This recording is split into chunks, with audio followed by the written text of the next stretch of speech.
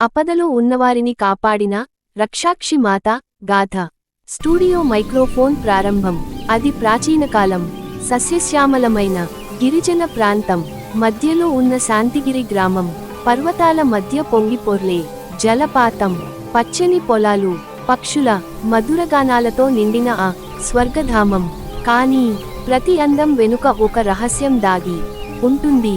ఈ గ్రామానికి రక్షకదేవతగా నిలిచిన రక్షాక్షి మాత కథ ఇప్పటికీ గ్రామస్తుల హృదయాల్లో భక్తి జ్వాలగా వెలుగుతోంది. మూలిక గ్రామం మీద విపత్తు. ఒక వర్షాకాల రాత్రి గాలి గర్జిస్తోంది. పిడుగులు పడి కొండలే కంపించిపోతున్నాయి. పశువులు భయంతో అరుస్తూ, పిల్లలు ఏడుస్తూ, పెద్దలు ప్రార్థనల్లో మునిగిపోయారు.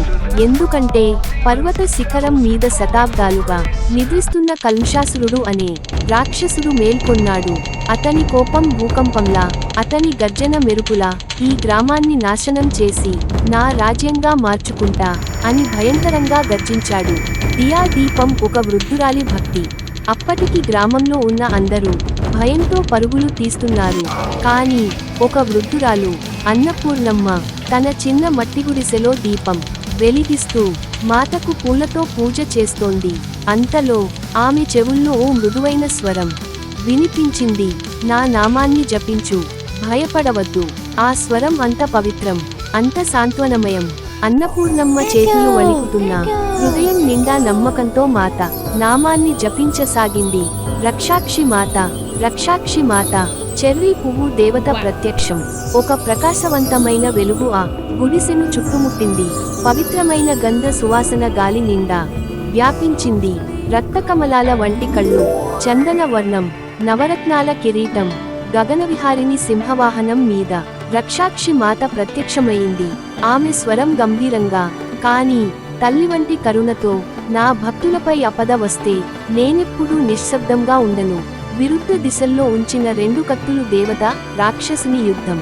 మాత సింహవాహనం మీద పర్వత శిఖరానికి చేరుకుంది. కల్మషాసురుడు గర్జించాడు, నువ్వెవరు? నా మార్గంలో ఎవరు నిలుస్తారు? మాత ధైర్యంగా, నేను రక్షాక్షి, భక్తుల ప్రాణరక్షకిని. ఆ వెంటనే ఆకాశం అంతా మెరుపులు మెరిసాయి. మాత త్రిశూలం నుండి అగ్నిజ్వాలలు వెలువడ్డాయి.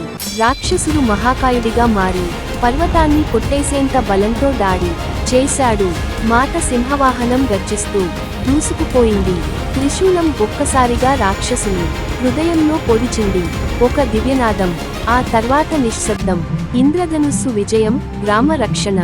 వర్షం ఆగింది, గాలి సాంత్వనమైంది.